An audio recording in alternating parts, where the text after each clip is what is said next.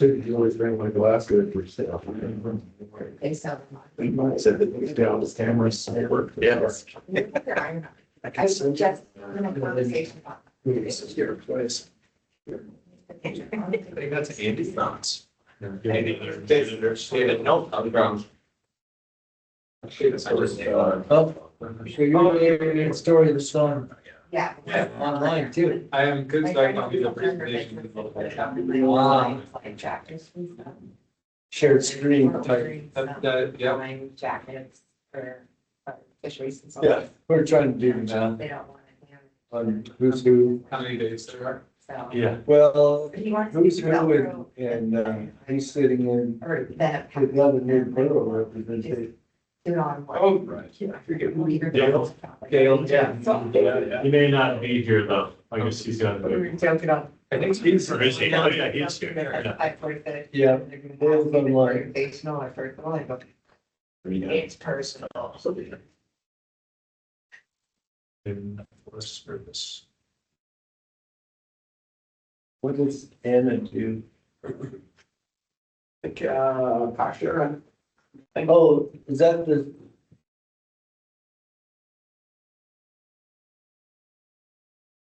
Lessons aren't helpful reading the names. There's somebody walking out. Stand up there.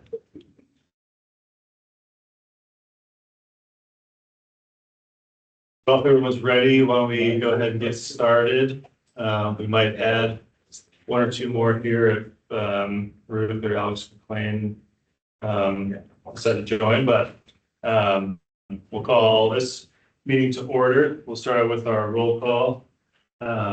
Rick? Yep. Bill Tevin? Here. Jason Westmeister tonight, or Oz, Monty Roberts? Here. Wayne? Williamson. Thanks for calling. Sherry won't be here tonight, Shannon, Present. and Tyler Best here. Joel, Todd? Dale? Here. Welcome. Mary, Novena? Here. And Phil Stacy, Yeah, I'm here. and Steve Miller. Here. Thanks for being here.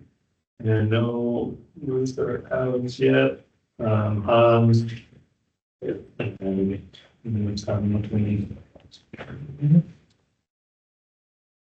So that'll be 7 voting members. We need seven or 9 for a quorum. We need 7 or 9 for a quorum. Seven. Just have a lot. Well, then, by the skin of our teeth, we do have a quorum for meeting night. Next item, minutes approval. Motion to approve minutes. Move to approve. Second. Motion carries. Agenda changes. Are there any changes to the agenda that you'd like to see? I might suggest moving something I have listed under new business, the town road pathway recommendation letter up to follow the presentation that we'll have here shortly, just to make things a little more efficient. That sound good for everyone? Perfect. Are there any members of the public present? No public comments to start our meeting. So next we have a presentation. We have David Story and Jeanette here from Group Lighting Trails. So just to back up a little bit, something that Director East mentioned, I think in our first meeting this year in October, you wanted us as a board to go through and review and again, make some recommendations on priorities for Lake Bridgman for Alaska State Parks. And so I think I've talked to him since then as well. And part of that is, just looking at each different river section that we have. So we start with Cooper Landing and the upper Kenai River Valley and just kind of think about what issues might be there and what ways we might be able to make a recommendation to the Cooper Landing trails or a letter to Parks and Outdoor Rec that they can use and put in their transition reports that help put forward as different elected officials change hands and leadership around the state changes over the coming year. So it is my suggestion to hear what these folks have to say, and if there's any recommendation we'd like to make to support, their town pathway project or any type of development that might be good for recreation in the Upper River Valley. So having said that, I'll turn it over to you. Okay. I'm gonna let Dave do most of the talking. Perfect. I would do the same. Let's see, no. I share screen up here. Presuming Microsoft Teams wants to do any of this.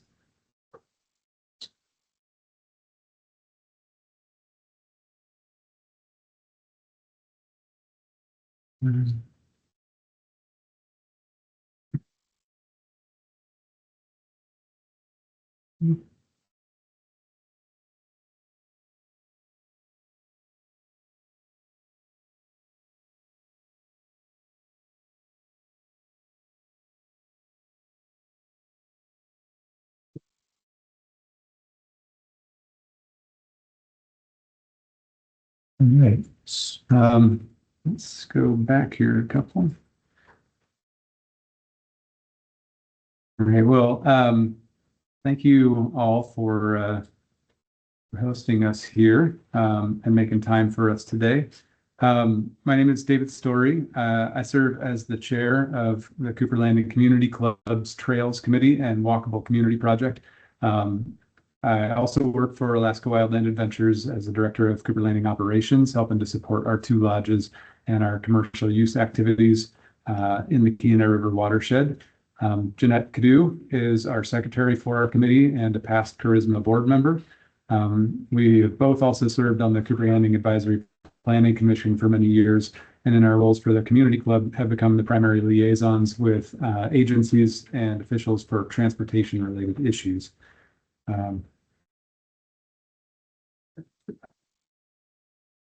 Cooper Landing Trails and not advancing. Interesting.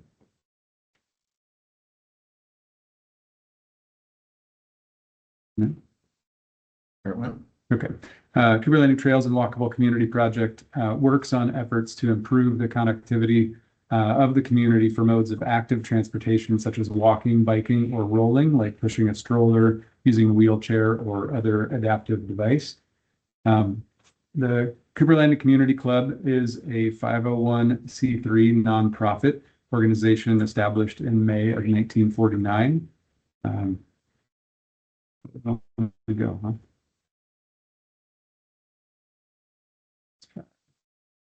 No?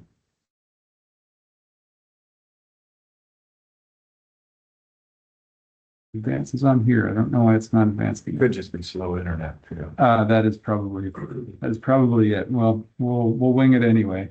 Community Club was established in 1949. The club's aim is to promote and encourage all activities in the interest of the welfare of Cooper Landing residents. And it also serves as the umbrella for numerous organizations dedicated to improving the quality of life. Our library, emergency services, senior citizen are all kind of liaised through the community club. The Cooper Landing Trails and Walkable Community Project is a committee of the Cooper Landing Community Club.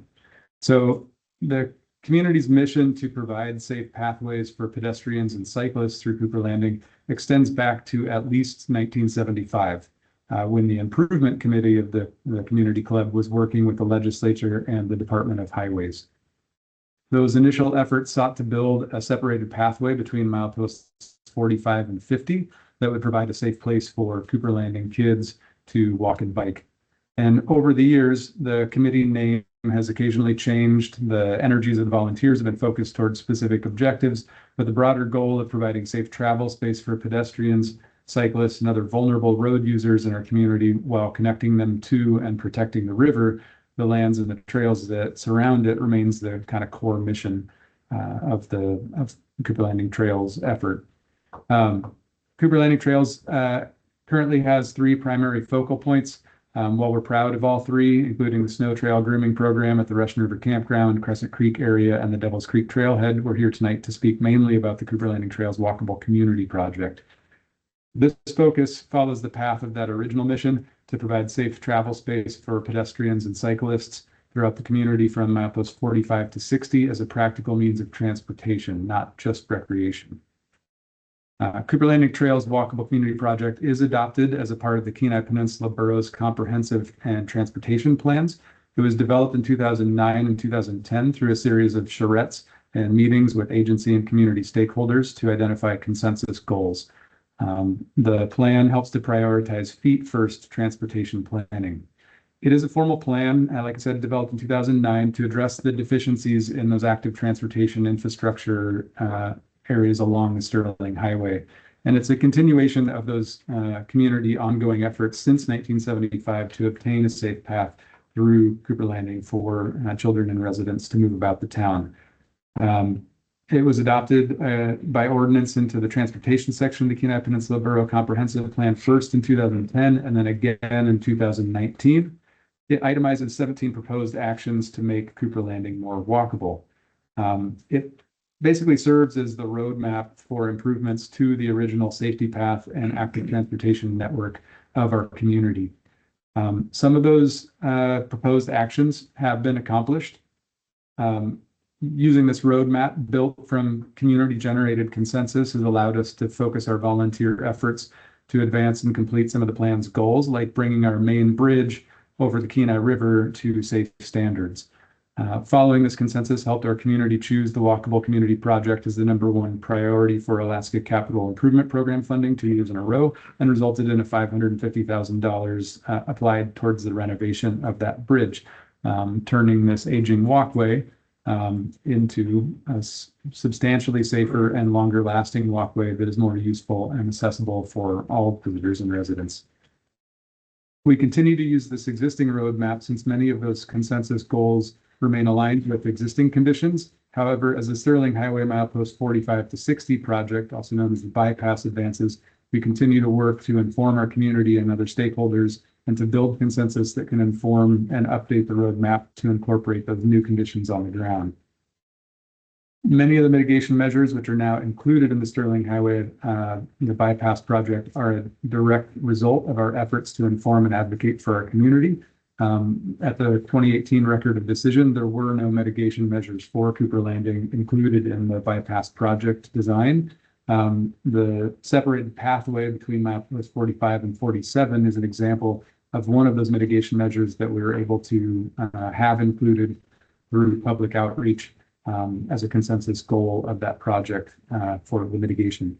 So many of those proposed actions, however, will still remain unaddressed by the bypass project.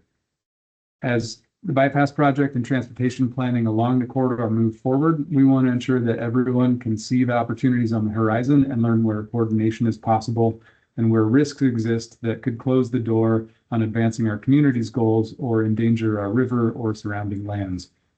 So we know combined efforts towards consensus goals have a more positive impact than any individual efforts alone. So we're here to ask that you add your individual voices and your voice as the Charisma Board to our call for improved multimodal transportation planning and infrastructure in this important transportation and river corridor. Before we focus on our attention on transportation planning and the ways of moving through the Kenai River Valley, I'd like to zoom out just a little bit. Our community includes the Skelantnu Archaeological District. This area is rich with artifacts providing evidence of the Katnata'ana and the other people's presence, including their movement in this valley that precedes motorized travel by eons.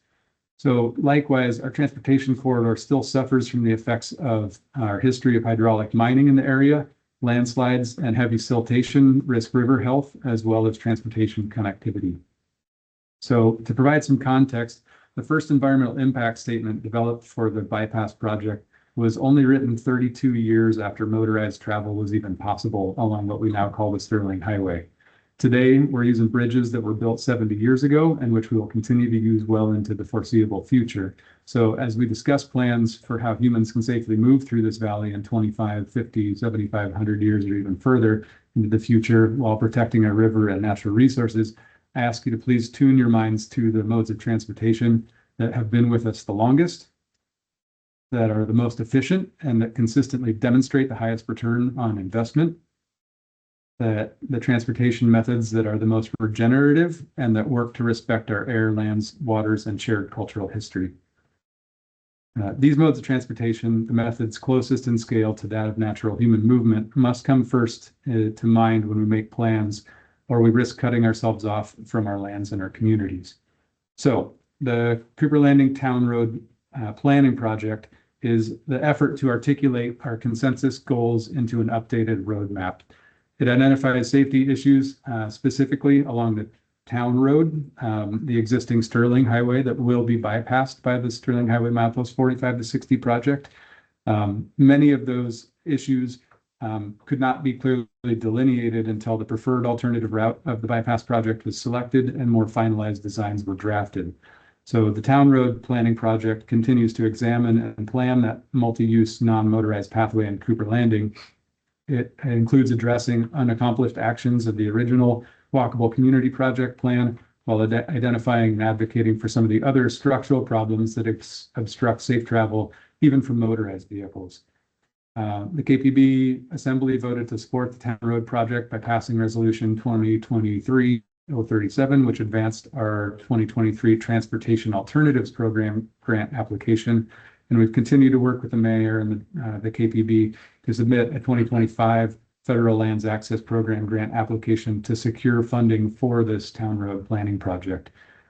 We've partnered with the Alaska State Parks Department of Outdoor Recreation Engineers, including Reese, who's on the line, to be the principal project managers for this planning project to ensure that sensitive resources along this corridor are at the forefront of design considerations. Now, because we're a community that is sort of cut off from itself, I've chosen Cooper Creek Bridge as a representative example of the physical barriers to safe modes of transportation in our community that exist along the town road. Cooper Creek Bridge is one of the narrowest bridges in the Alaska Bridge inventory, and pedestrians must literally jump the guardrail and occupy the lane of traffic before jumping the guardrail again in order to cross it. Even our DOT plow truck operators are terrified going across that bridge because a single plow truck cannot fit in the lane, a single lane when it is crossing the bridge. That means that someone cannot safely access the Russian River Campground, the Kavuk Heritage Site, or the Resurrection Trailhead from the main part of town without relying on motorized transportation, despite all of them being less than 5 miles from the sort of center of town, our post office, and the Kenai River Bridge. It also means that motorized users have increasing hazards to contend with on the roadway, which diminishes usability for all modes of travel. So these are real challenges to overcome. I'm not saying that any of this is easy by any stretch of the imagination. Much of these same things are the reason why the bypass is up on the hill instead of being down on along the valley. But we're not shying away from those challenges. Rather, we know that by identifying and advocating for corrections to them and other structural problems that obstruct safe travel for active transportation, we can resolve issues for all transportation users and serve as an example for other communities across the Kenai and the state. So we want to add as many voices as we can to speak with a unified voice, recommending that any upcoming and or future work to the town road section of the Sterling Highway necessarily include improvements that enhance multimodal transportation, or at least its ability to be incorporated in the future. So we want to ensure that any work protects the river and natural resources that our watershed and our population depends on. We want to help ADOT and others improve the long-term regional planning in concert with the KPB, tribal and community stakeholders. We want to ensure any designs or work includes pedestrian, bicycle, and adaptive means of transportation along this important river corridor. We want to incorporate KPB planning from the Safe Streets for All program that was recently released this year. And we want to allow construction contractors to see, plan, and maintain continuity of work rather than creating unnecessary cycles of demobilization and remobilization or loss of workers familiar with the area that costs time and money that can be better spent elsewhere. We want projects to be able to take advantage of existing laydown areas and construction hubs, which can be utilized while on the way to rehabilitation or repurposing rather than creating new areas of disturbance that might endanger our river resources or that preclude long-term planning. Excuse me. So what are we asking of you? We're asking that you monitor upcoming projects such as the Sterling Highway milepost 43 to 56 pavement preservation project and advocate for it or any other upcoming and future work to the town road section of the Sterling Highway to necessarily include improvements that enhance that multimodal transportation or its ability to be incorporated in the future. We ask that you communicate with regional planners and partners to advocate through tools like the Statewide Transportation Improvement Program, the STIP, or the Long Range Transportation Plan 2055, the LRTP. And we ask that you advocate for scopes of work that can actually address the deficiencies of the town road rather than locking those deficiencies in for decades to come. To use that pavement preservation project as an example, this project was presented to the community club on January 16th of this year. Pavement preservation typically will include improvements to roadside hardware, drainage, intersections, automated traffic recorders, pedestrian facilities, etc., grading and paving, drainage improvements, so on. All of these things are basically consistent with a 1R resurfacing project. And when they presented it to us in January, it was scheduled for 2027. As of August this year, this project has been advertised and is anticipated to begin in spring of 2026. A 1R resurfacing project will not address the underlying causes of the poor road conditions along this corridor, such as inappropriate substrate, drainage improvements, shoulder widening, and other safety improvements. The 1R is limited to a small scope of the larger project being able to address any larger items within that project. So something like a simple resurfacing or culvert replacement can become an unintended barrier to improve facilities in the future. So if somebody if that 1R is able to use their portion of their funds for replacing a culvert, that might be great in the moment, but if they replace it with like and kind that's only wide enough for the existing deficient road cap, it will preclude a shoulder or a pathway from being added at a later date without replacing that culvert again with a suitable width unit that can accommodate that wider road cap that something like a pathway or an extended shoulder would require. So bridge resurfacing projects are sort of a similar category. Such as the one over the Schooner Bend Bridge this year, is an example of a missed opportunity to install something like a pedestrian walkway for the least amount of cost in dollars and traffic stoppages when they've already got the equipment there that just needs to scaffold that on. Even if it can't be used because there's no approach to it, it'd be in the same spot that like the Snow River Bridge is on the Moose Pass side of things right now, with no approach to a pedestrian walkway that's going over that bridge. Likewise, commissioning the new Sterling Highway and reclassifying the existing Sterling Highway, the town road, could extend the length of time before another repave project would normally cycle back to the town road. That normal cycle is somewhere in the neighborhood of about 10 years, at least anticipated. We are, I think, at 13 years since the 2013 project. By that time that resurfacing comes through again, we'll be sort of 3-4 years over the prescription for that. If we get to 2032, when the bypass is meant to come online and be commissioned, and then all of a sudden the town road becomes declassified to a lower rate, then it might not come back for another quarter century. So likewise, accepting federal funds for upcoming repave projects can also prevent federal funds from being used even for planning on the section of road for a minimum of 5 years, which really slows down the ability to think about what it is that we want to have happen. So delayed attention to any of these problems of the roadway really only puts off the necessary work that may be far more costly in the future.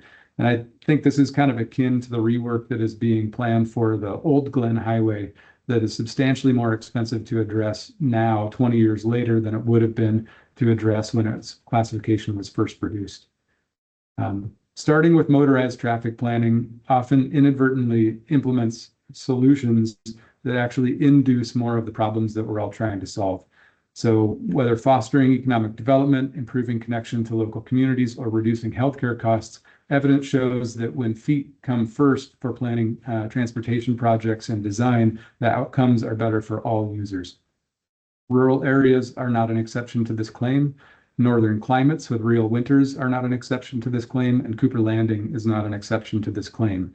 Cooper Landing is an example of a gateway that is currently closed. So as we continue, I hope you can help us make an advance to our plan to open this gateway and create a pathway that others can follow. And I guess with that, I'm happy to take any questions that you might have. Dave, up here. What specifically would you like to see from Charisma for your continued support? Yeah, I think the two things that We come. don't have any money, by the way. What's that? We don't have any money. That's okay, neither do we. The two things that come to mind right now are letter of general support for the town road pathway project. Certainly read through our application package, ask questions, what have you, but a letter of support goes a long way to show that this is basically consensus goal. This is not just us deciding these things for everybody. And then the other one is really like a letter maybe initiating some of those conversations with Central Region DOT to say, hey, we know that this resurfacing project is coming up. I'm not sure that this is really the best use of our limited dollars to address some of the things. This may actually be kind of a Band-Aid that makes it harder to do the larger repair later on.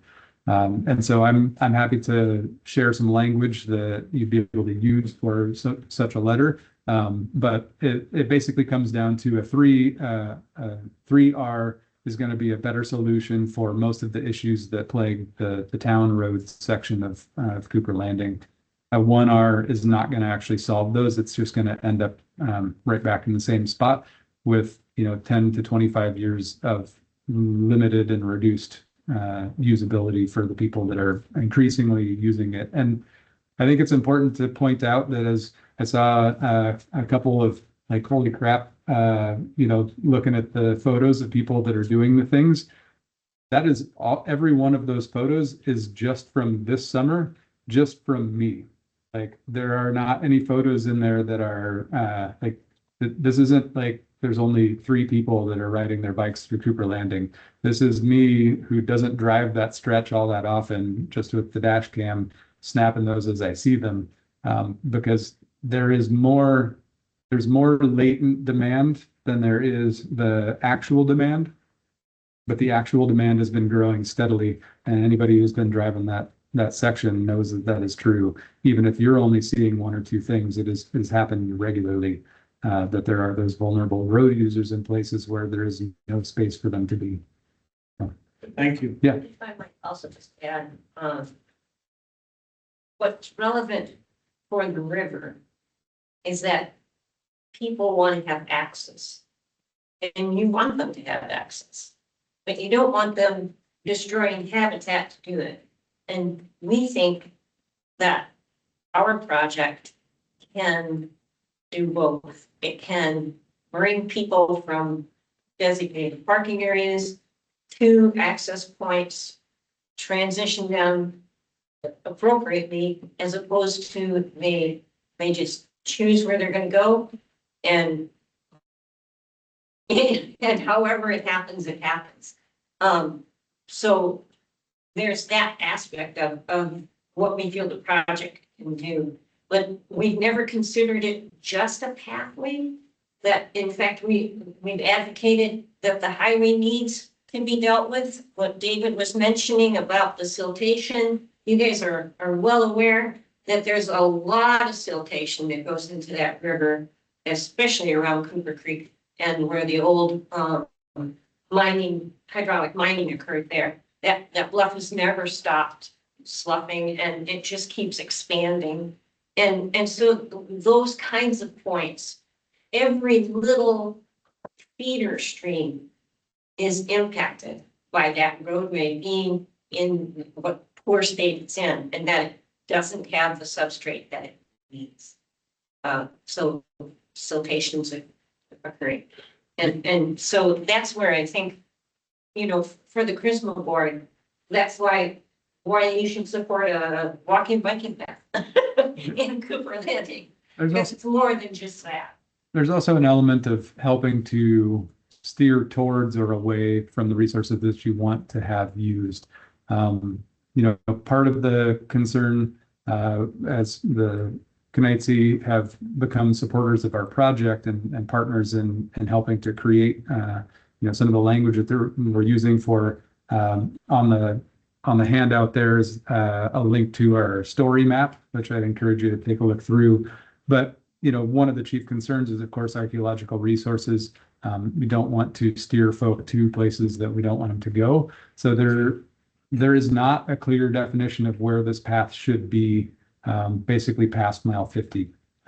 All of that section is sort of open for interpretation, and we're not here to prescribe what it should be as much as that we need some type of facility to allow for that. And it may mean it should steer further away from the river in places, or steer further away from those archaeological resources in some places, and then be brought back to places that you do want to have that impact. So for instance, if it, veers away from the river at mile 50 and goes up into kind of Forest Service land near the power line that's already disturbed, et cetera, and then comes back in somewhere near the Russian River campground entrance so that you can consolidate use, that would be an example of a potential solution to avoid those conflicts.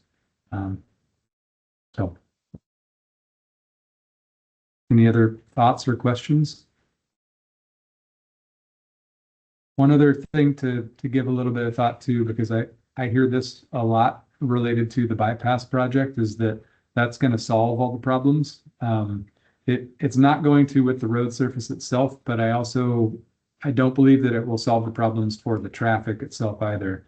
Every single drift boat that puts in at the bridge and takes out at sportsmen's or gyms is going to be on the town road. There's every single vehicle that's destined to or from Cooper Landing is going to be on the town road. And so, yes, the heavy truck traffic is less likely to be on the town road, but RVs are not, drift boats are not. All of that is still going to be similar use to what it is today, if not increasing throughout the next decades. And so it'll be pretty important to include that so that we have a spot to even pull over if you have a flat, or have an emergency vehicle respond to a medical emergency, et cetera. So another thing to consider. But I really appreciate you guys being willing to have us here today and to listen to our presentation. Thank you. Yeah, thank you very much, David. Any other discussion on the presentation? I'd be happy to take a stab at a letter of support if we're, would like to share something like that with the Cooper Community Club and Trails Committee, supporting the Town Road Pathway Project. Make that motion. I'll second it. Okay. Well, I think he offered to write it for you. Right, Did but not hear that? Did not hear that? we have to have a motion and a second. Which has been seconded. Yeah, and then a vote to confirm. And when we think about a second letter that gets addressed, I guess I don't know how, best way to do this, but probably like two state parks that would support the 3R scope of work that gets, kind of handed through there, that transition report. Or I don't know if that it's better to like make a recommendation like that directly to, as a comment instead of the step, or that work. I don't know, that's what it is, but can I give you the letter and address it in your hands? Yes, yep. We do, from a land management, perspective, right? We do control the access across the bridge, and downstream parts were very real, physical. That makes sense, let alone the broader concept of support. Okay. Perfect. Well, I'll, like I said, draft up a couple letters. I'll try to email those out to all board members in the coming week or two, just so folks can see it in advance of the January meeting. And then, provide any feedback and I can update accordingly, and then show them the board and see if we have the full support at the January meeting. Does that sound good? Right, just a friendly suggestion in the process, we We've got a motion and a second, but we still have not voted on that. Motion to authorize you to write those letters. So on for the first letter, yes. Is there a motion to? I would amend my motion to just include both letters. Okay, There's no second that. okay, motion carries. And call the question if we don't have any other discussion. All in favor? All in favor? Aye. Or you can ask for unanimous consent. So Is there unanimous consent? you see no objection. Thank you, parliamentarian. Let's see here. Let's bump down to agency. Thank you all. Yeah, absolutely, and you're welcome to stay for the remainder of the meeting if you want to head out. You've got Yeah, it. thank you for coming and providing that presentation. Yeah, sure. And let us know if you have any other questions as time goes on. Okay, perfect. Does anybody have desire to look through any of the other resources that I have brought? Do not feel obligated to, but if you really like reading expired flap grants or current flap grants or any of those things, I'm happy to leave them behind. Yeah, probably not. Okay. If it's gonna be garbage to deal with, we can take it with us. I can take stuff back off to you if you want. Sure, yeah. You know, later. There is also, you guys may already be familiar with, but the SCORP is in here too. And I've gone ahead and highlighted all of the ways that our project aligns with the SCORP, the statewide comprehensive outdoor recreation plan. So feel free to browse that as well. We're actually even specifically mentioned. in the score. You know, then I'll learn. Thank you. All right, well, thank you again. Thank you. A letter will come to us at the next meeting. Yeah, I'll try to send out the first draft, via email at least 2 weeks prior to the January 8th meeting, and then Thank you. go from there. Would that be? I'm not on the committee, so should that go to the habitat? There's habitat components committee? Or might We just, probably can just come to the main body. Yeah, I think we can just bring it back to the board.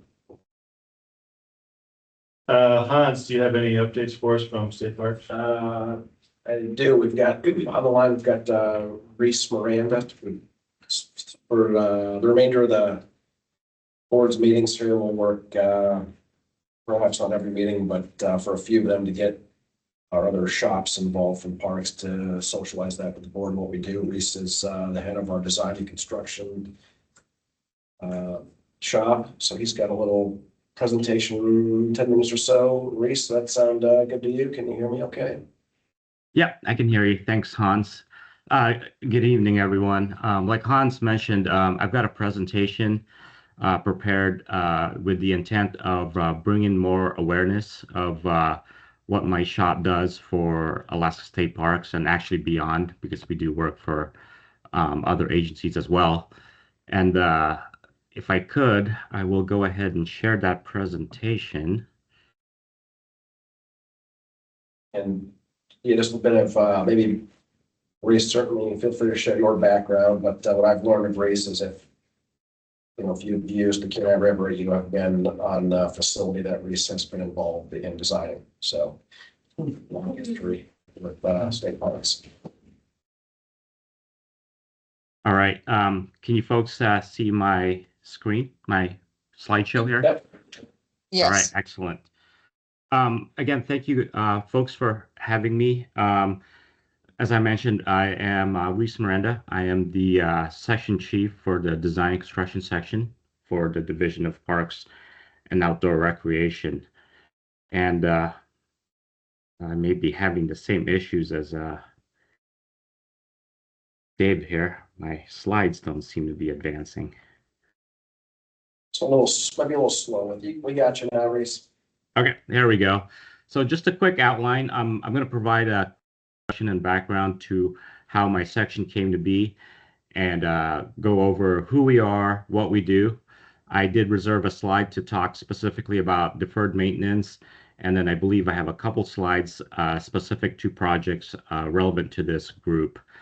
And then at the end, I've got some numbers I'd like to share, kind of I guess maybe a report card of how well we've done over the past 10 years or so, time permitting, of course.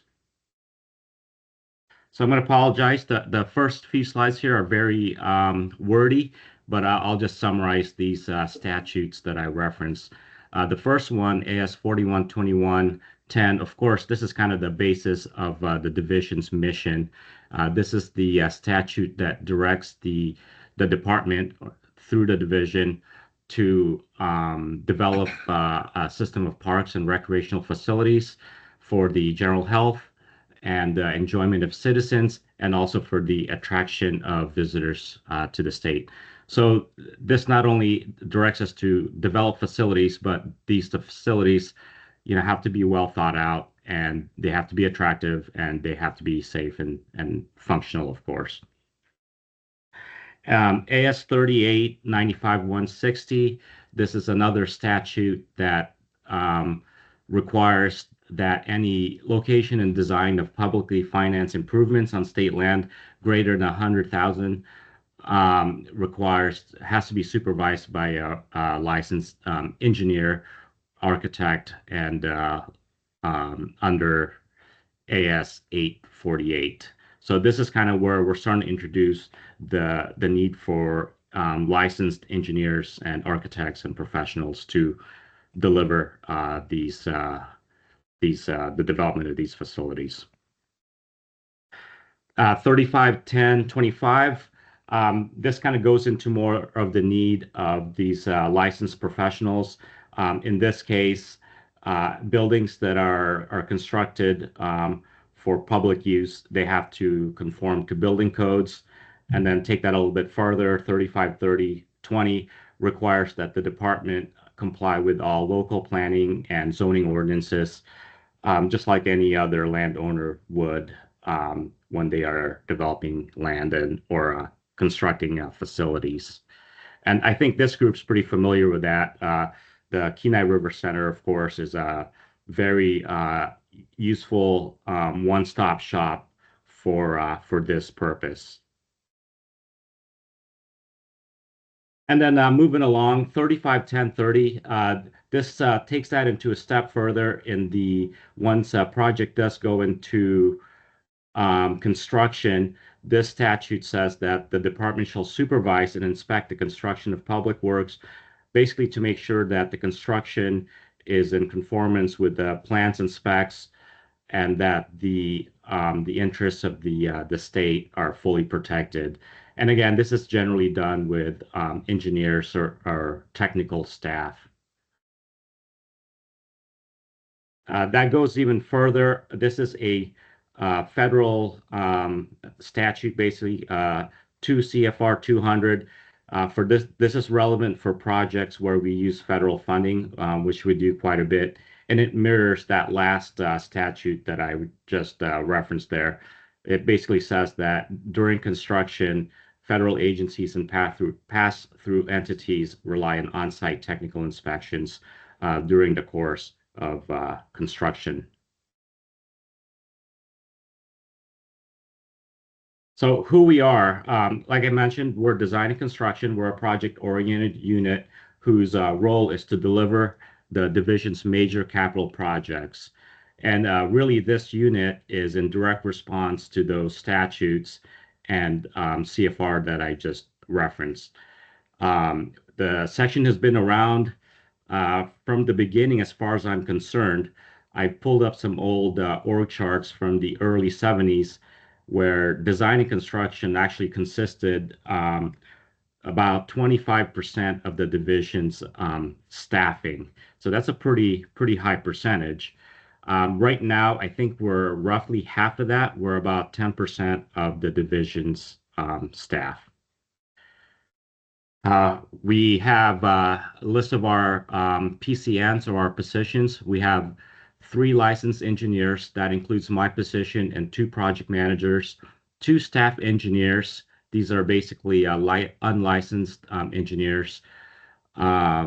And then we have just recently one licensed landscape architect. We've had one in the past.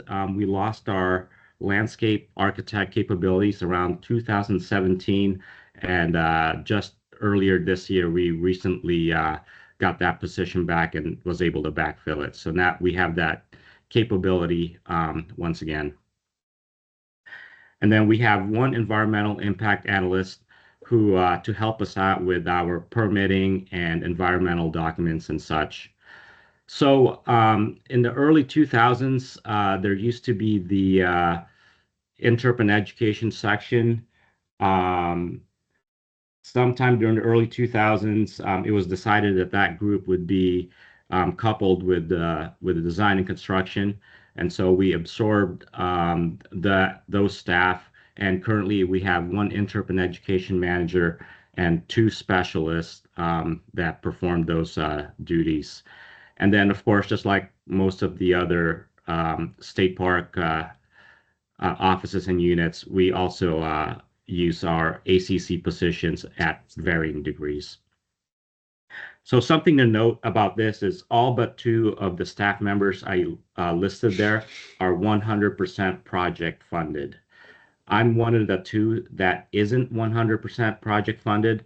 I am 75% operating funded and 25% project funded. The interp and ed manager is 60% operating funded and 40% project funded. And just to reiterate, everyone else is 100% project funded. What do we do? So the primary function is we monitor and address the division's capital needs. We basically we have constant communication with our field staff, and we stay attuned to what the capital needs are. We don't always have the immediate response or the capabilities to address those needs, but we certainly try to be aware of them, and so that when there are funding opportunities, we can start to pursue those funds. Along with that, we also track and catalog the division's deferred maintenance inventory. We update that every year. I'll go into a little bit more details on this. As I mentioned in the introduction, I have a slide dedicated just to deferred maintenance. And then we also assist in developing the division's capital budget request. So again, that's where we would have in our back pocket the needs at the statewide level, and then we can kind of strategize on how we can get those or some of those funded through the division's capital budget request. And then a big part of my job is going after grants, so that we try to secure capital funds that way too, through partnerships and funding opportunities that that come our way out there. What do we do? So we develop engineered designs and construction documents. I mentioned the environmental impact analyst, so we secure all the necessary permits for construction. And then once we have the design, the construction documents, and the permits, then we procure that. So I am also for DNR, I am a procurement officer, a contracting officer, and I'm one of two or three that has the ability to exercise the department's procurement authority for construction. You may not be aware, but our construction authority comes from is delegated from the DOT, and so we are limited right now. Our limit is about 3 million for horizontal and 1 million for vertical construction projects. And as I mentioned, I'm one of two or three that can exercise those delegated authorities to their fullest extents. Once we're in construction, we have awarded a contract.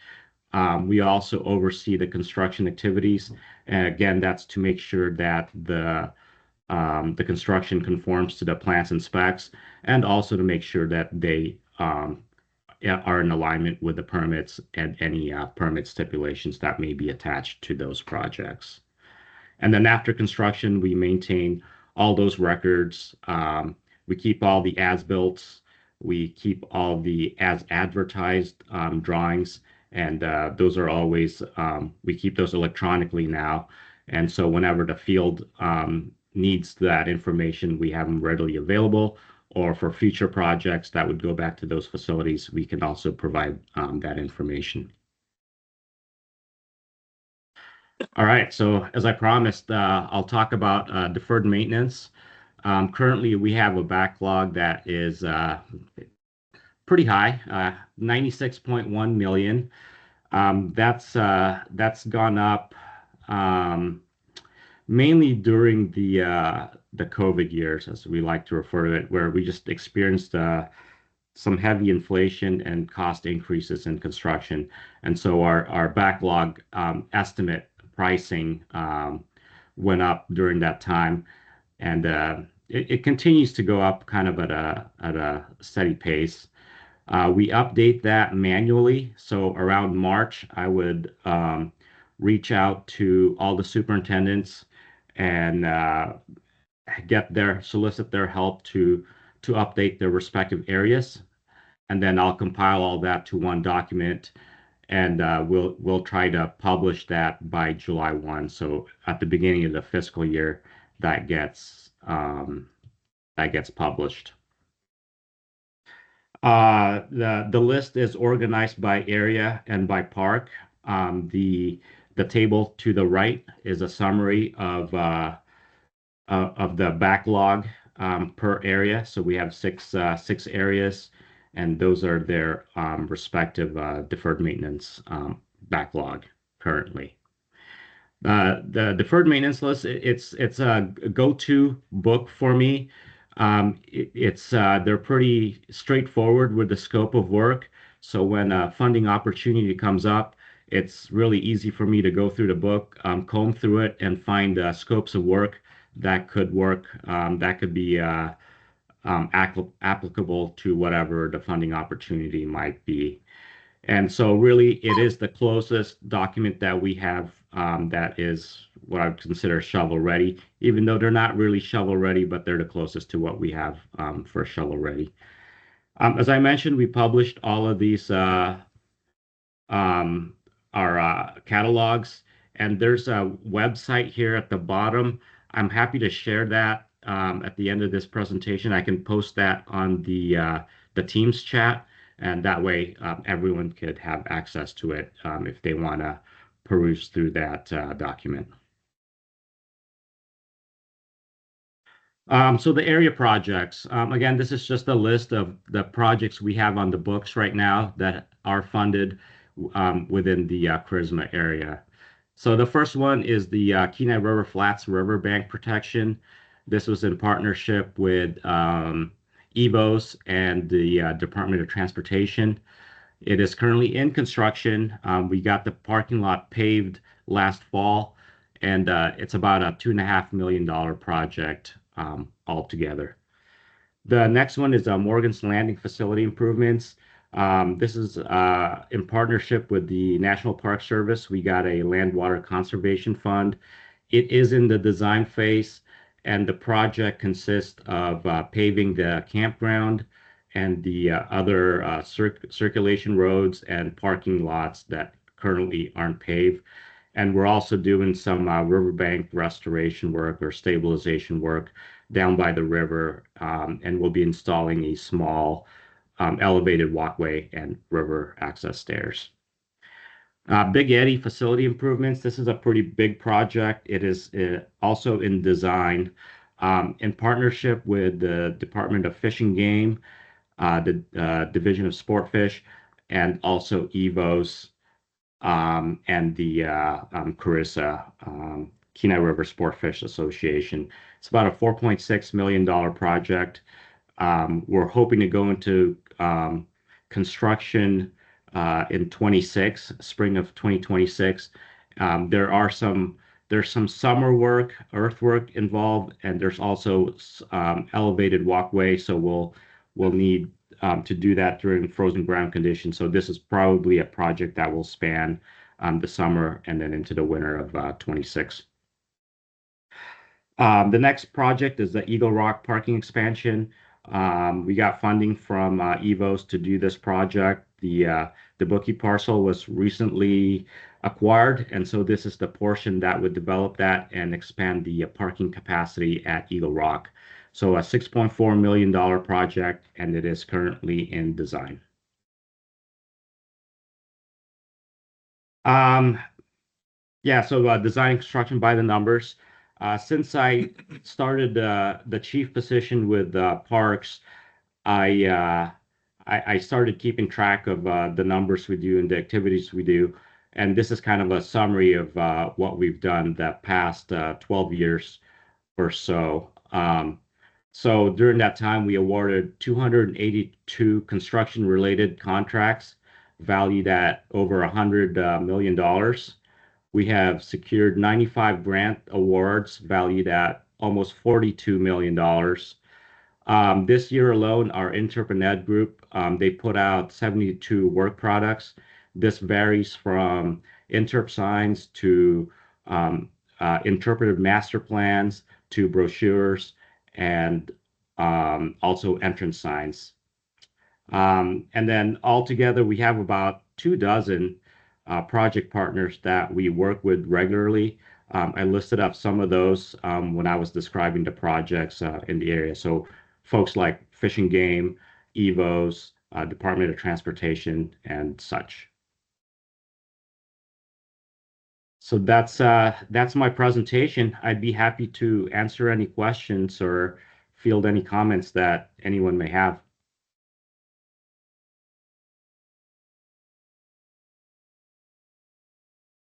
Any questions here for Reese? Anybody online? Yes, I have a question for you. You listed up a few projects that are in construction or in the design process now towards the end there.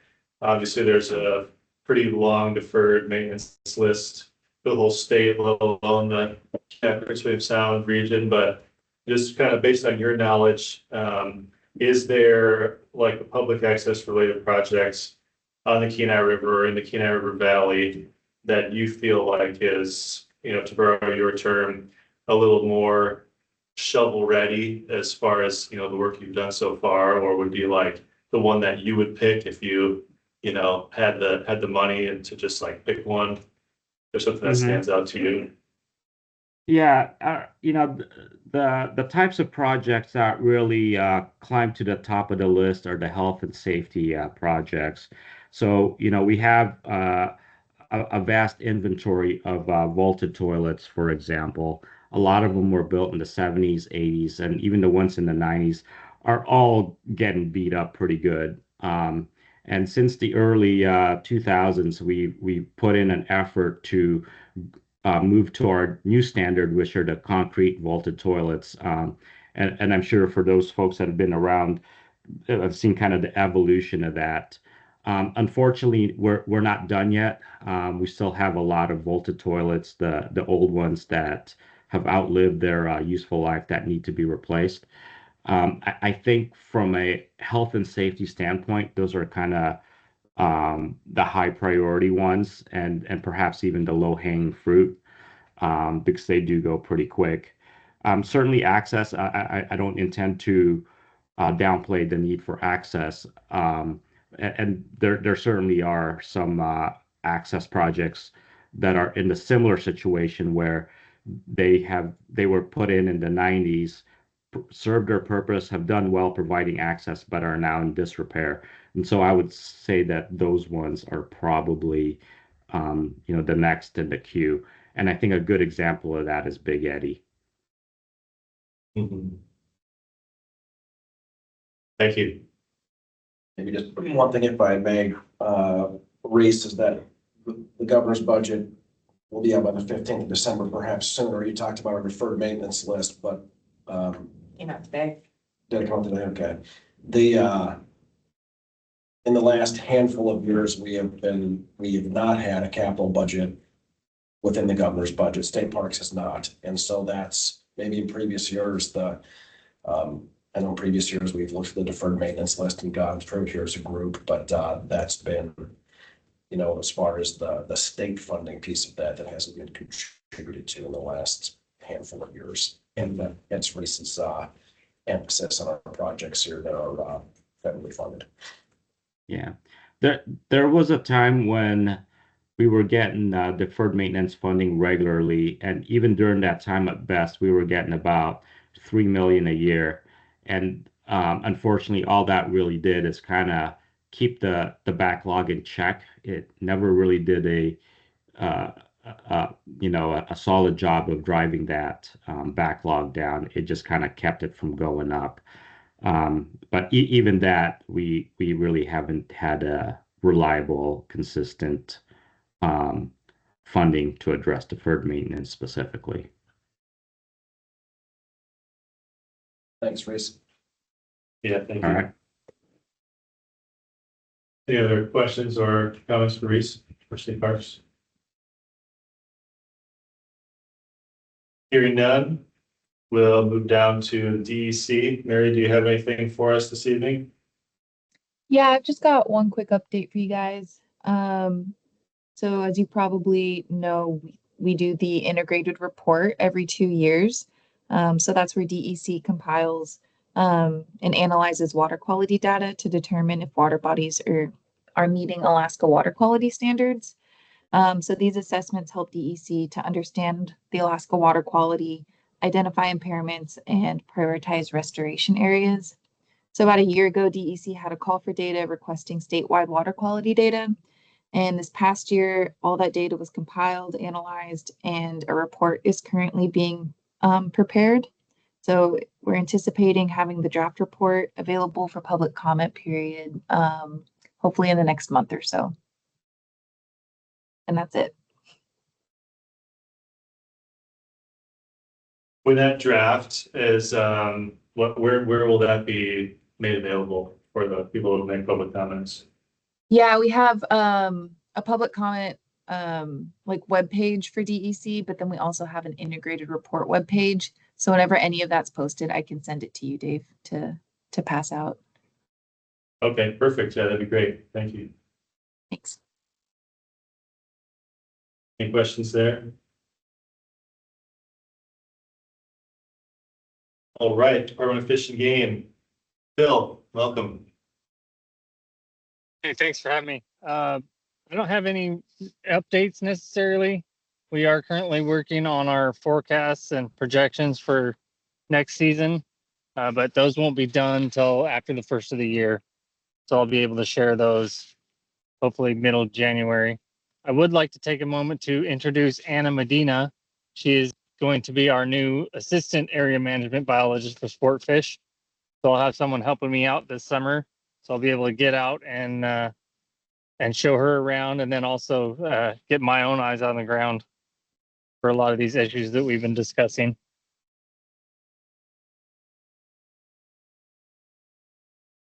Excellent. Welcome, Anna. It's nice to meet you. How was the town hall? I feel like that happened right after our last meeting. Fishing game Yeah, town so hall. it was a good meeting. We didn't have as many attendees as I expected, but the discussions were good. A lot of people were concerned about how the king runs are going and future restrictions on that, as well as what we're going to do on the Kasilof this coming season. Okay, gotcha. So Phil, could you give us an update on the closure meeting and what you decided to do with the Kenai this year? Yeah, so like I said, our projections are not out yet, but I'm fairly certain that, and I think we can all agree that the projections for the early run and late run on the Kenai are not going to be above the minimum threshold for our escapement goal. So those two are likely to start out closed like they were last year, and will likely stay closed through the year unless we get some big push of kings that we don't know about. So it's going to be going to be same as last year on the on the Kenai. Kasilof, we are looking to have a fishery, but it's going to be more restricted than it was in 25. We're still working out all of the details. But we are it's going to be open to fishing, with some area closures and reduction in bag limit and gear, things like that. Thanks. Thanks, Phil. Yeah. Okay, next on the list, Steve. All right. Live. I didn't have anything, I don't have a great PowerPoint like, state parks did, but, so projects we have going on for this year. Along Keystone Drive, we have 3 access points for public access. One is the Keystone boat ramp, which Monty wears out. And then we have 2 fishing platforms, downstream and an upstream one. We've replaced all of that except for one of the platforms on the upstream boat ramp, the one that has the parking lot across Keystone Drive from where the access is. So right now we still haven't acquired all the permits. I don't know if Hans has issued us a permit or not for that, but the last of those platforms and access platforms and the fishing platforms and the access platforms are going to be replaced hopefully by this summer. So that's really the only main project we have going on. I don't know, Hans, did you mention anything, since I haven't made a meeting since Andy retired? Did anything ever get mentioned on the acquisitions that occurred along the Kenai River from Siri? We did talk about it last winter. Okay, all right, because it just got finalized December 31st or whatever. So there's acreage that went to the state, there's acreage that came to us. The only other thing I could think of that would even remotely impact Prisma is, Alaska Energy Authority is upgrading their transmission line, and it does cross the Kenai River there at Russian River, just downstream from Russian River.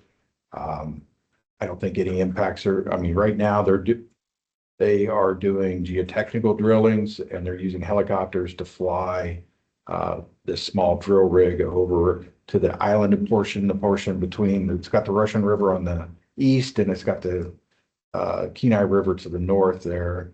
And they're almost done doing geotechnical surveys in order to plan how they're actually going to put in the new power line. They're upgrading that power line from 115 kilovolt to 230 kilovolt, and it's going to be taller towers.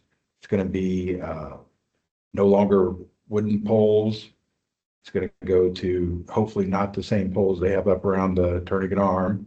It's going to be a metal pole, but hopefully it's going to be the ones that rust, that show up around in the background, but they will be taller, but not quite as tall as the ones that are going around the tourniquet arm. So, and really that's really all we have going on. We've spent all the money we had on Jim's Landing, and all the other platforms. So I think we're in fairly good shape as far as access to Kenai River. Yes. Yeah, so we talked earlier this month, and due to your staffing issues, if you would like, I would like to invite you guys to the Guide Advisory Committee meeting in January, and hopefully maybe hold it here so it'd be easier for your permitting staff. But we would like to chat with you, try to collaborate and help you out with reducing the burden of permitting for this upcoming season. We don't have any permitting staff. That's the problem. So, Well, but we do have the ladies up. that. Yeah. So, but yeah, if you let me know when it is, I don't know that this room's going to be available. It might be something that we can reach out to Leah. If I have the date and the time, I can try to get it reserved. January's not exactly the busiest time, but so it should be available. Second Thursday at 3 p.m. Maybe the 8th. I can, send an email, include you on it with the agenda for that, and Nikki,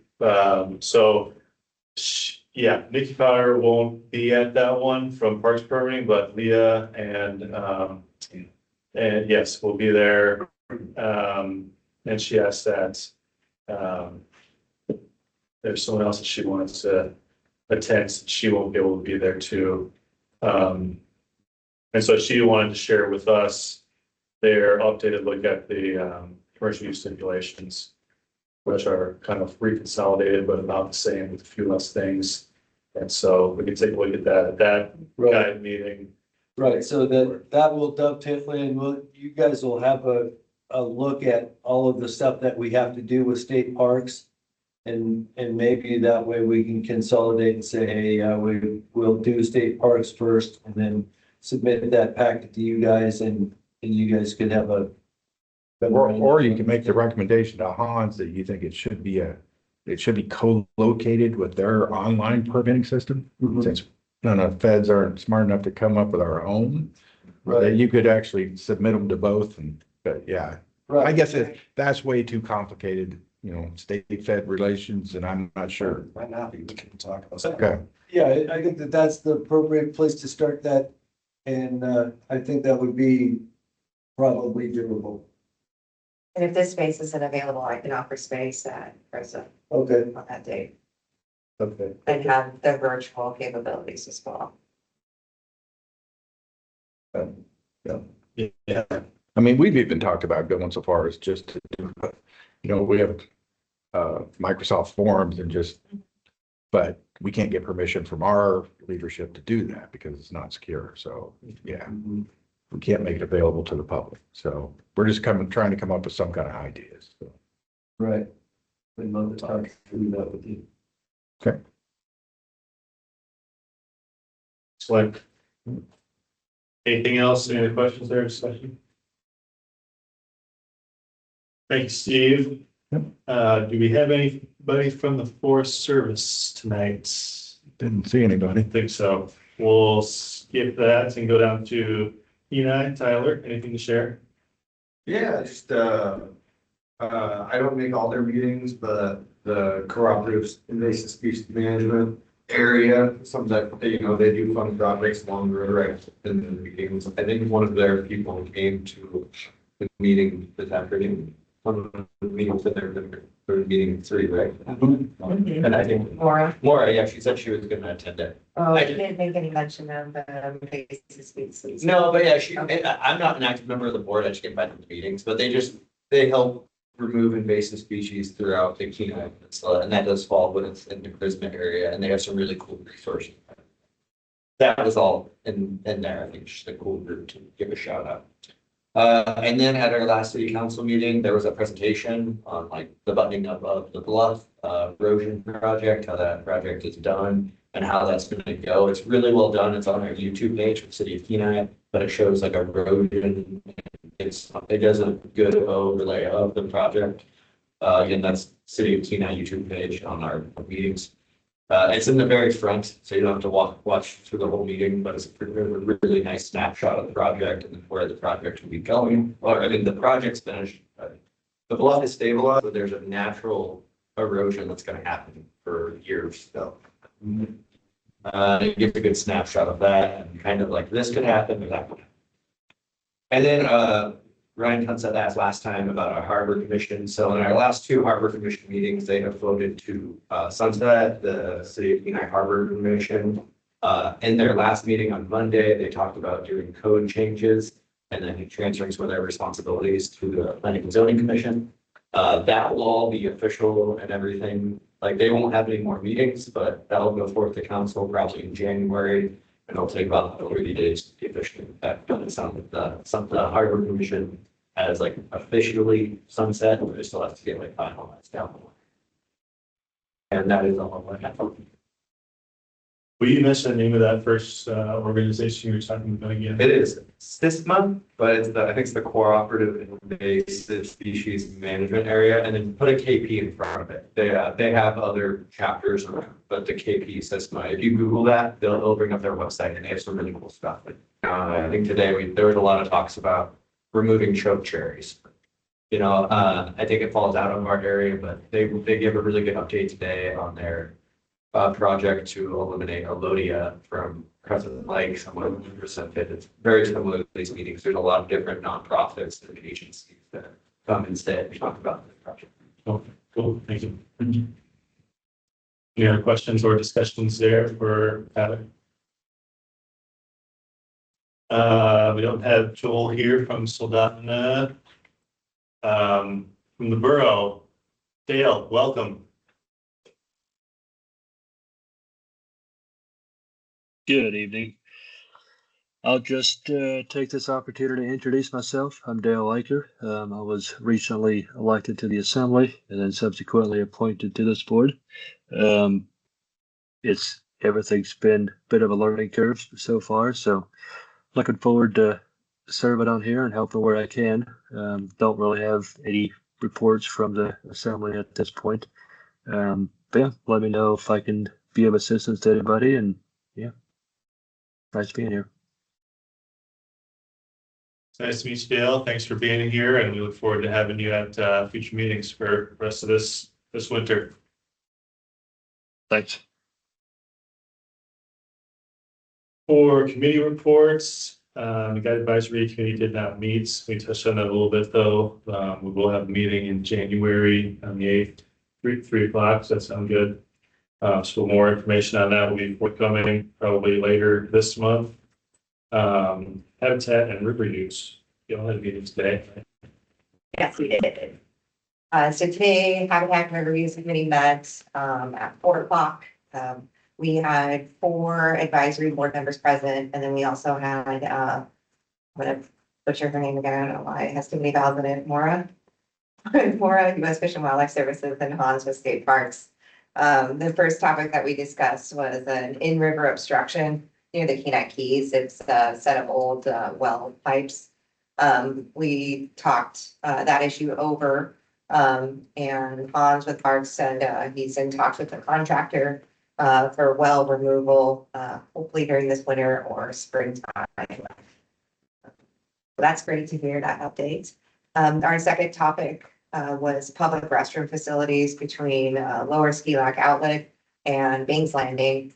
This topic has been on the agenda and on this board's discussions and meetings for many, many years now, spanning over 10 years. We came up with a couple of ideas and discussed possible locations that a restroom facility might be able to be built on. But we've got a lot of time to wade through this issue. And again, Hans gave us a good report on maybe reaching out to Tony Wade, who's with DNC. He's their landscape architect, to identify some solutions, some parcels, and come up with maybe pros and cons of each of those.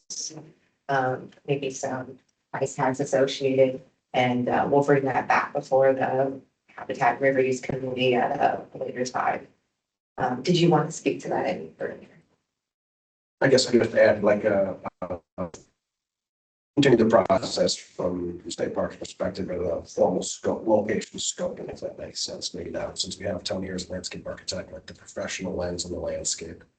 What are the pros and cons of each of them? It's possible. No, I was like, I need to add those buzzwords and professional scope. Do you have the official speak? Do you have the official price tag for one of your guys' bowl toilets, like a double? The double is over 200, a little bit, 200,000, and single was like 125.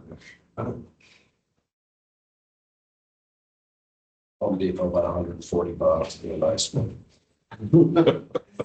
No, it's a common occurrence when we look at old toilets versus having a porta potty at a location like that. I can talk to Reese and get you currents because we just did replace some of the Anchor River. Okay. So, Thank you. And then we opened it up to discussion, and we had one member bring up the red and white fishing game signs that are posted along the Kenai River banks to protect riparian habitat. So Monty is gonna come back to the committee with a recommendation of which of those signs. There happens to be 25 in regulation to keep users off of let's see, what is the wordage again? No fishing within 10 feet of the water. So we'll revisit that issue again at the January meeting. And then, our committee adjourned at 5:03. Exactly. Not a minute more. Questions? I guess. Sure. No fishing on 10 feet from water line. Is that for boats or for people trying to walk along habitats? That's a board of fish action in order to try to protect the habitat. The problem with it is that it only governs fishing activity, so they can put their fishing rod down and go and destroy the bank anyway. And so we're trying to figure out which areas they need to put more protection, and that would be state parks, whatever the land manager is that would be able to put in a habitat closure, Oh, so you get off the boat, have a picnic, stop down the vegetation. or more get out of the water, walk up on the grass without fishing. Use Or the fish- bathroom Yeah, that's not there. yeah, board fish can't govern that. So some of those areas are still getting a lot of degradation, even though they've done everything they could from the board fish side of things. So we're trying to look at, what areas do we need to do more? What areas are probably okay to have people on the shore, but just not on the grass. So. Cool, thank you. So like not a recommendation for a, a proposal or a change of language or that kind of thing, but just like what land is this? What other kind of sign? Ultimately, it would have to be a board of fish action, to change any of those rural. Like signs, so we would be probably incorporating a few suggested board of fish proposals from this board. Which we generally don't wade into that, but it's not an allocation issue, it's a habitat issue. Which generally Department of Fish and Game doesn't have authority over. Oh, no. So it's just kind of a tricky issue. I'm really glad that everybody showed up today and we can have these longer discussions in the committee meeting process and then bring forward a recommendation to the full body. Yeah, that's excellent. Good. So you'll have another meeting January. Yes, so I will work with Guy Advisory and perhaps try and find a location that's on either the same or really close to each other. Right. Right, and if it works for your staff to meet at her office, we could do that too. It'll probably be me. Okay, So, do you have a truck? yeah. Perfect. So, Let's just plan on doing it at your office and then we don't have to worry about that. yeah, it's just a river center, correct? I'm No. right next to Sweeney's in the old Columbia Pink Building. It's the Chris office there, Okay, sorry. right on the Spur Highway. Okay. So like 3:00 and 4:00. Yep, and that'll keep us both timely. Mhm. I run a tight ship on the meeting. Yeah. I don't. Yeah. 5:03. Good. Well, thank you for that report. Any questions or additional discussion? Hearing none. Keep moving down the line. Nothing listed under old business. New business, where I talked about Town Road, method project, Cooper Landing. Board appointments, members, after period update. So I guess the first thing I want to talk about here, and you may please interject if you feel like, but we haven't had Oz at any of our meetings so far this year. He was out assisting a family member last spring. His health is preventing him from attending these meetings now. I don't anticipate that he'll be in for any of the remaining meetings for this winter. I would suggest instead of, taking any kind of action for removal or trying to find someone else to step in for his seat, that we essentially, excuse the absence as long as he's unable to attend for the rest of this winter, since his term does expire come June. Fine. So I had that same feeling earlier at the committee meeting when we talked about this topic came up. but at the beginning of this meeting, I had a kind of a change of heart, because if we do suspend his membership, then he does not count against our quorum and lowers our threshold. So it might be easier to make a quorum if we didn't, and I'm fine with sticking everything like it is. But if we end up with a quorum situation, in the future, we might want to revisit that. So if he was sort of like removed from the board, does it say that in the bylaws that the quorum basically is reduced? by Seated members, majority of seated members, so. Okay. So if there's a vacancy, it doesn't count against your quorum.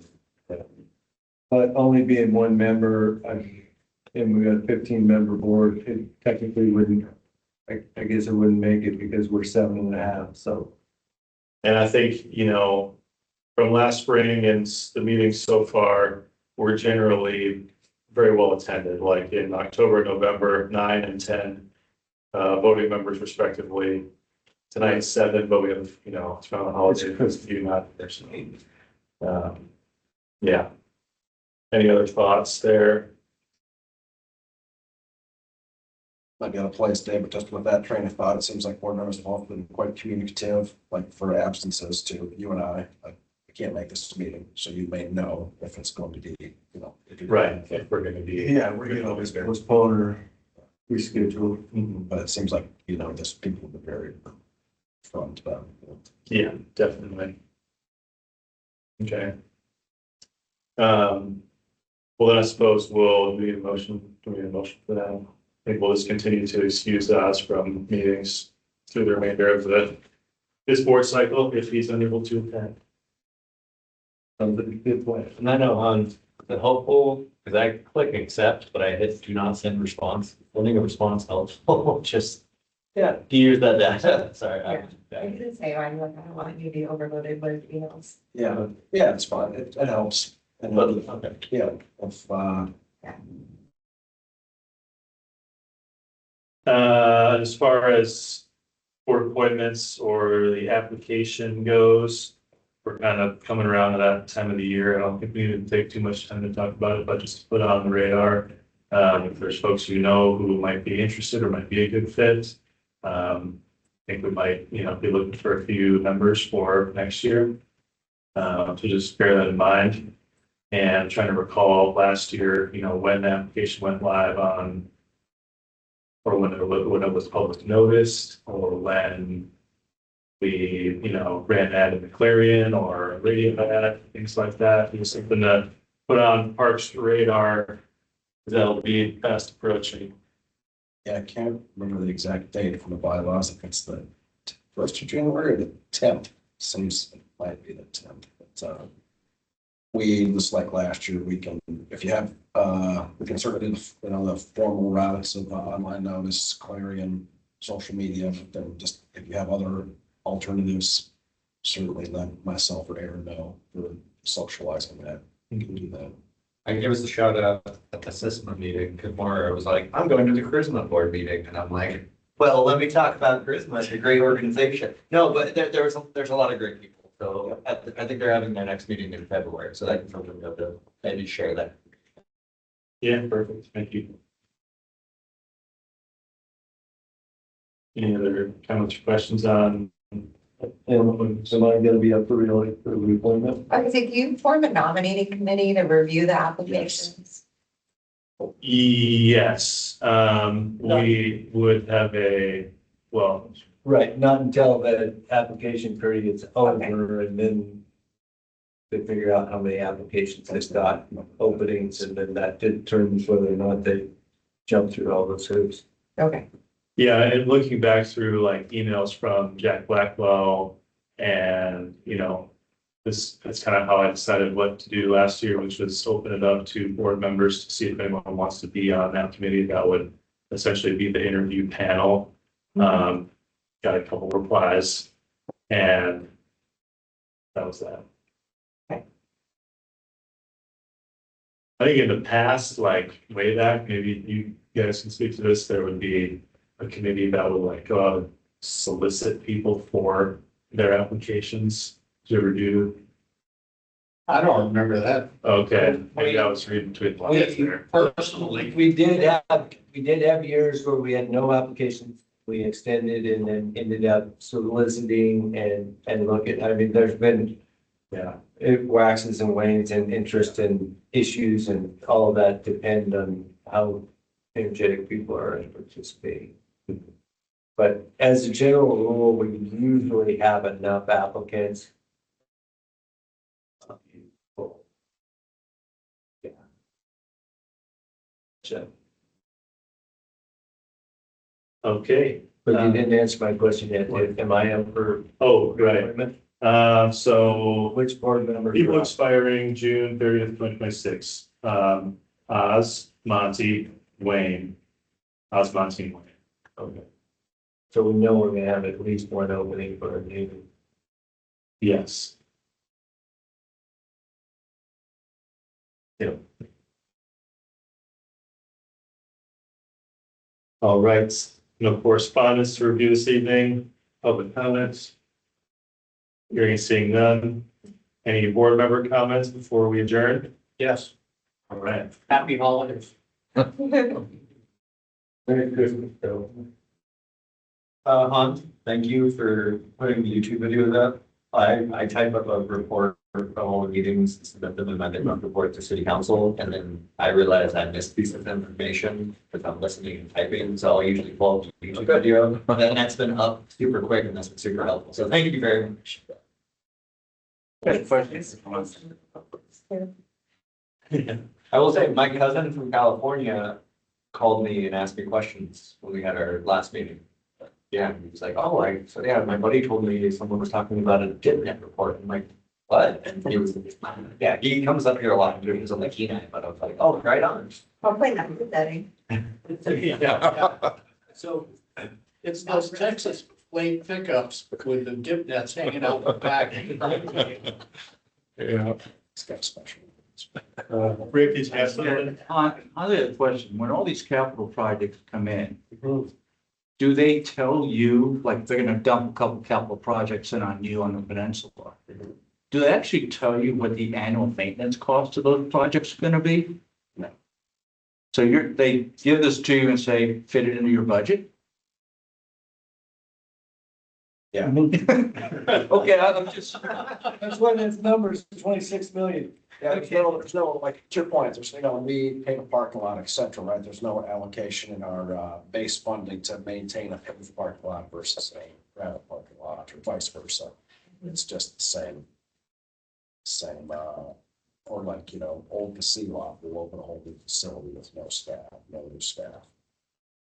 it just seems that if you had, there should have some kind of allocation in your budget for some minor maintenance on new projects. I don't disagree.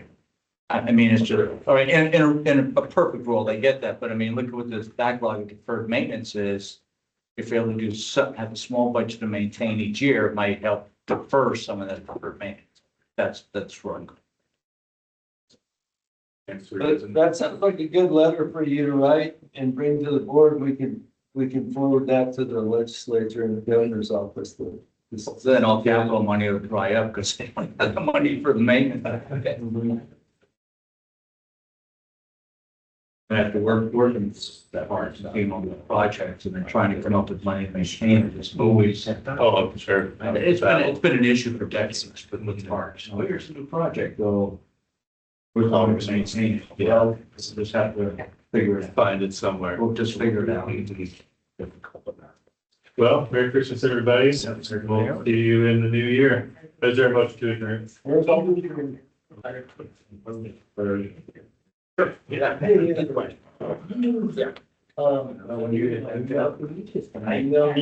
Yeah, I'll shoot back up here. Very good. Nice night for a drive. Chris, cool and clear. Yeah. Yeah, right. I don't really like full meeting notes, but I hear it's like 20 groups. I need a quick recap. Talked about getting together with you. In January. I am not. And those are one. Yeah. It was really.